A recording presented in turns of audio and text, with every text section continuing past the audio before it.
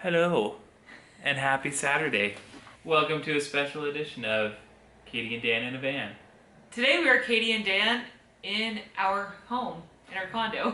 But we will be answering your van related questions and your Katie and Dan related questions. We got a lot of questions about who we are and what this channel's about and all of that, so I think it'd be helpful to start with a bit of context about the two of us. She's Katie, I'm Dan. We've been married for more than 2 years now. Yeah, We've known each other for a long time. like 8 years. I'm 24, he's 25. Right now we live in a condo building in Ontario. 500 square feet. Katie has her own business doing online media. My team and I do social media content creation for other online creators and small businesses. So we produce Instagram content, we manage YouTube channels and Instagram pages, we edit podcasts. So it's a whole variety of different social media content creation services. Yeah, and that's all fully remote. Half of your business is doing work for other clients. Half of your business is your own content as well. Yeah, probably if you're watching this, you know us from my YouTube channel, Katie Steckley. And actually, we got a couple questions of people wondering what you do, and if you work on my business or if you have a different job. Not really. Every now and then I'm the guy that presses record or the shutter button for you, but I do work full time. I have a job working for a software company, and that's what I do.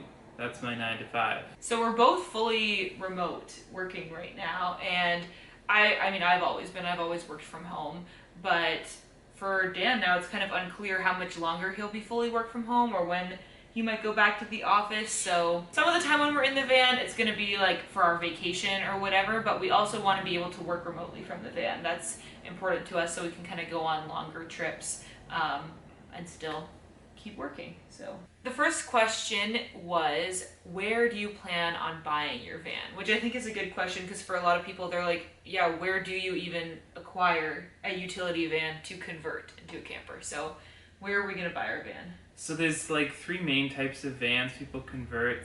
There's the Mercedes Sprinter, the Ram ProMaster, or the Ford Transit.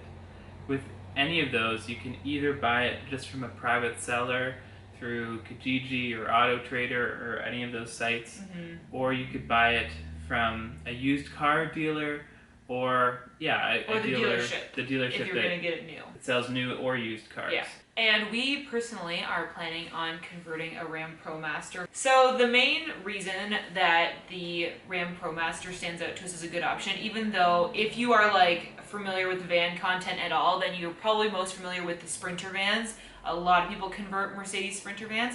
The reason we want to get a ProMaster is because first and foremost, the engine that is in a Ram ProMaster is actually the most commonly used engine like in the world in vehicles, which means that it is very easy to find a mechanic who can help you fix your van if you are in some random small town somewhere and something happens. So the accessibility of repairs is really attractive to us because we are not mechanics. And I think it's also a cost-saving thing because a lot of people with Sprinters actually have to go to the Mercedes dealership to get anything fixed. Yeah, basically in North America, there's a lot fewer Mercedes dealerships and mechanics than Ram dealerships and mechanics. So that's the first thing. The other thing is Ram ProMasters do tend to be cheaper, and I wonder if that's also just because they're more common here in North America.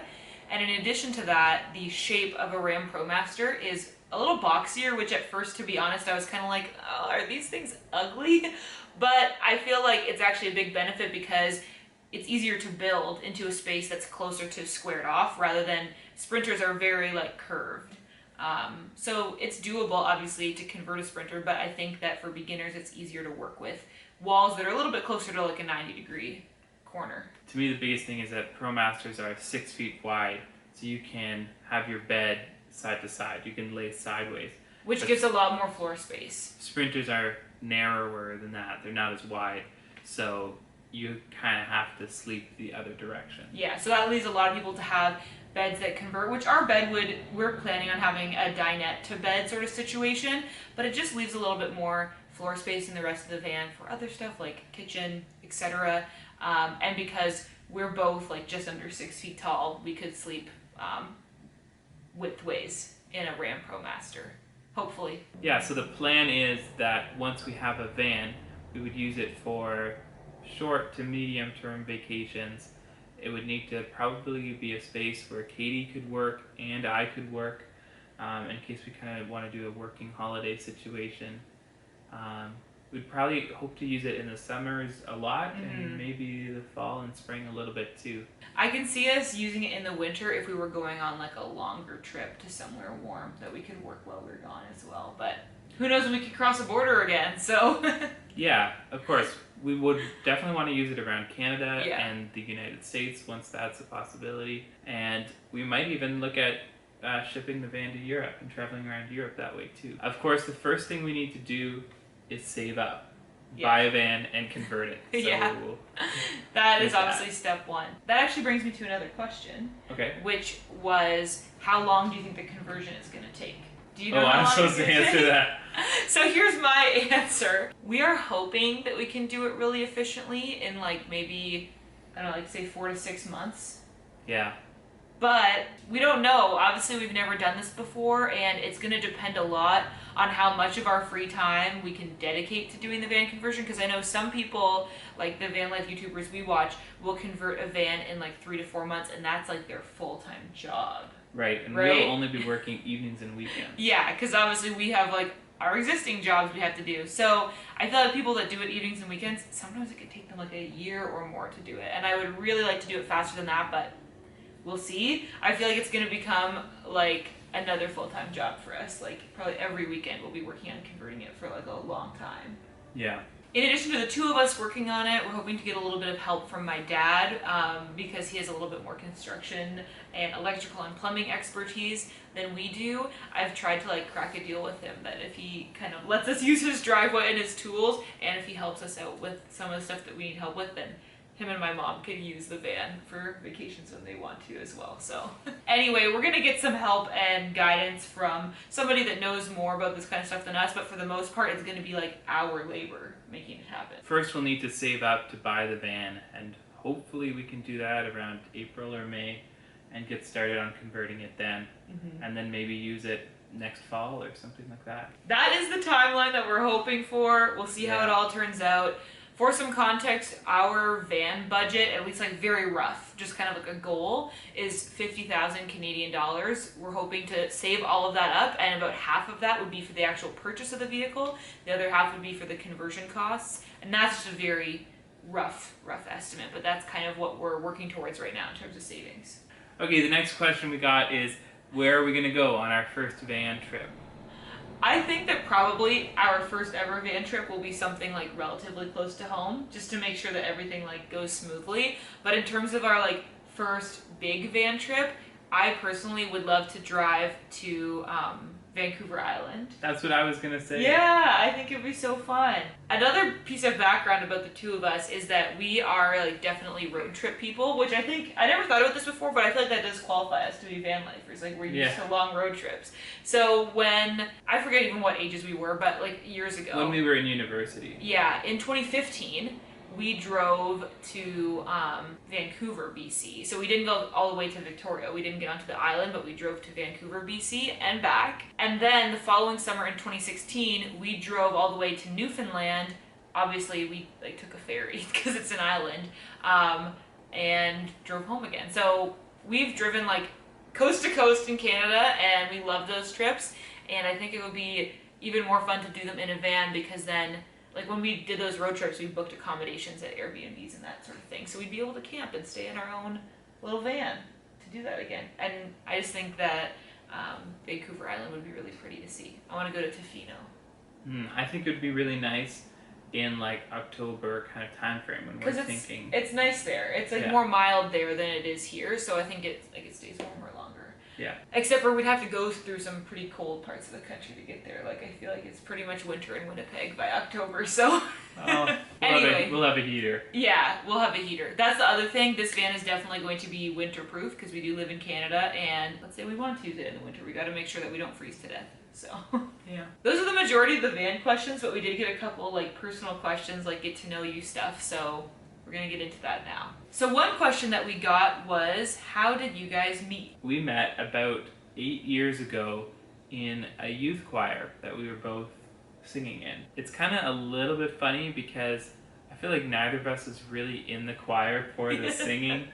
It was just kind of like a social thing to do. Yeah. We had a bunch of mutual friends that kind of both brought us into this choir. I feel like it's even like dorkier than he's kind of letting on, because the reason why we both ended up in this youth choir is because we went to the same like music/band camp. Yeah. And all of the kids from this music camp kind of also were in this choir in the area, so it was sort of like a way for all the camp kids to still get to hang out with each other during the school year. That's pretty much what the purpose We of went it to was. that same band camp, but at different times. Yeah, and so then we ended up meeting in the choir where all of the kind of like music camp graduates hung out together during Exactly. the school year. So that's how we met. I was like 16, you were 17. This is kind of a funny one. I think this is a cute question. It's a bit of a quiz for you. Oh gosh. Grace asked, can Dan name all of the members of 1D and the Jonas Brothers? I love that I have a reputation for loving these bands because I love them when we met too. You probably maybe remember that when we met, that Absolutely. I like loved One Direction. That's been the one constant in our relationship. Okay, I think you'll have a better job with the Jonas Brothers, so let's start with them. Who are the Jonas Brothers? There's Nick, Joe, and Kevin. Yeah, good job. Do you know the bonus Jonas? Frankie? Yeah, good job. That's their little brother. Yes. Okay, let's try One Direction. I know for sure you know. Okay, Harry. Yeah. I'm just doing first names. Yeah, that's fine. No, you need first, last, birthday, end. No. I'm kidding. Just names. Okay, Harry. I don't know them all. Harry, Louis, Zane. Let me think. It's okay if you don't know. Wait. The blonde one. Do you know his name? I don't think It's okay if you don't. I know. Wait. When I say them, you'll be like, oh yeah, I knew that. I feel like Harry Styles, Louis Tomlinson, Harry Styles, Louis Tomlinson, Zayn, like Malik or Malik, something. yeah. Do you Yeah, want me to give you the a blonde one. Give me a hint. Do you know the guy that sings you know I've been taking some time and I've been thinking to I don't know. myself, I don't know who got sings my eyes that. up on the prize, ain't watching anybody I don't else. know. Sorry, I don't Okay. know.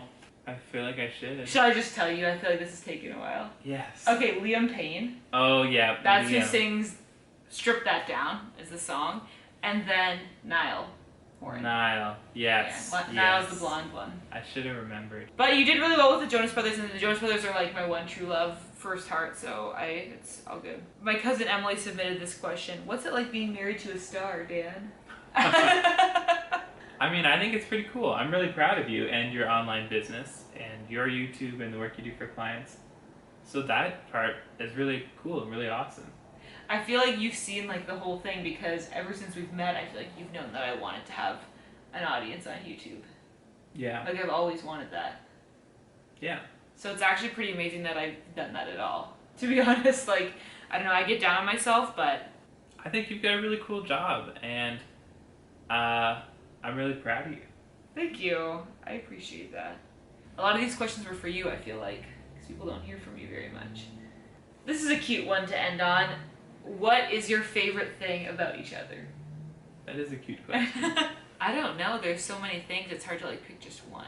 Okay, well, I know what my answer is. Okay. I really love just your passion for everything. Your passion for your YouTube and your work, but just like your excitement about van life and excitement about travel.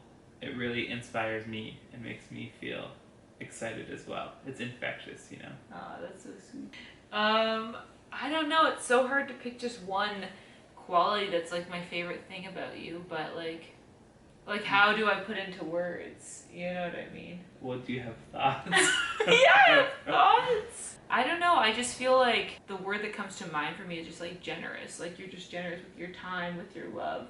I'm gonna cut this out because I can't have the people You see can me cry. You can cry. It's okay. That's so extreme. You picked this question. Why'd you pick this question? Because I didn't think you would go so deep, and then I'd be like, I love your curly hair or something.